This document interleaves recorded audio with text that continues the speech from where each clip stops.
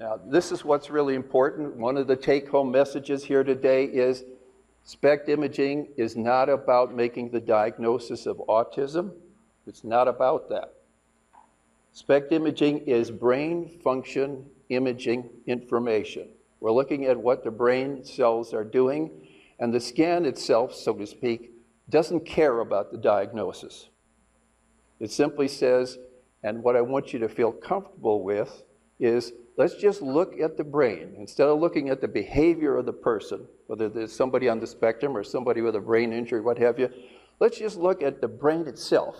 This is modern standard imaging technology. There's nothing experimental here. Let's just use this tool that's fairly readily available. Just look at the brain and see what the brain tells us that it's doing. And then what does that tell us about how we would approach helping that brain to function better?